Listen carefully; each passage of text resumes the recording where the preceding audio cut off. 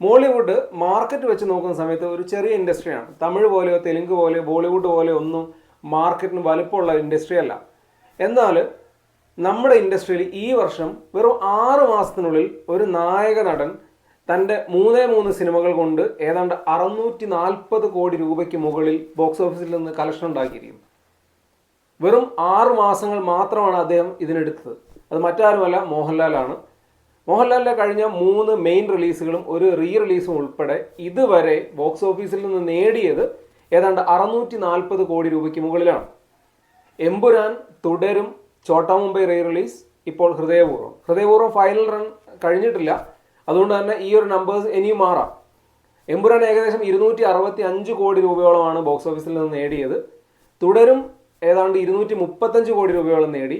ചോട്ടാ Mumbai re റിലീസും വലിയ ഹിറ്റായിരുന്നു. ഏതാണ്ട് 5 കോടി രൂപയ്ക്ക് മുകളിൽ ചോട്ടാ മുംബൈ തിയേറ്ററിൽ നിന്ന് കളക്ട് ചെയ്തിരുന്നു. ഇപ്പോൾ ഹൃദയപൂർവ്വം ഹിറ്റിലേക്ക് നീങ്ങിക്കൊണ്ടിരിക്കുകയാണ്. ഏതാണ്ട് 35 കോടിയോളം രൂപ ഇതിനകം കളക്ട് ചെയ്ത് കഴിഞ്ഞു. അപ്പം ഇങ്ങനെ ഏതാണ്ട് 640 കോടി രൂപയ്ക്ക് മുകളിൽ മോഹൻലാൽ സിനിമകൾ കഴിഞ്ഞ 6 മാസത്തിനുള്ളിൽ കളക്ട് ചെയ്തു. ഇതിലെ രസകരമായ വസ്തുത എന്താണെന്ന് വെച്ചാൽ മലയാളത്തിലെ ഒരു താരവും ഇന്നേ വരെ 250 കോടി രൂപയ്ക്ക് മുകളിൽ ഒരു സിംഗിൾ ഇയറിൽ നേടിയിട്ടില്ല. അപ്പോഴാണ് ലാലേട്ടൻ ഏതാണ്ട് 6 മാസങ്ങൾ കൊണ്ട് 640 കോടി രൂപയോളം ബോക്സ് ഓഫീസിൽ നിന്ന് നേടുന്നത്. അത് ചെറിയ കാര്യമല്ല. പ്രത്യേകിച്ച് മോളിവുഡ് പോലൊരു ഇൻഡസ്ട്രിയിൽ നിന്നുള്ള ഈ ഒരു നേട്ടം എന്ന് പറയുന്നത് വല്ലാത്ത ഒന്നാണ്. ഒരു പക്ഷേ തമിഴിൽ രജനീകാന്തിന് പോലും കഴിഞ്ഞിട്ടില്ല എന്ന് പറയേണ്ടി വരും. കാരണം രജനീകാന്തിൻ്റെയൊക്കെ ഏതെങ്കിലും ഒരു സിനിമ ഇറങ്ങിക്കഴിഞ്ഞ് ഒരുപാട് കാലങ്ങൾക്ക് ശേഷമാണ് അടുത്തൊരു സിനിമ റിലീസാകുന്നത്. അപ്പോഴാണ് 6 മാസങ്ങൾക്കുള്ളിൽ ലാലേട്ടൻ ഇങ്ങനെ ഒരു നേട്ടം നേടിയിരിക്കുന്നത്.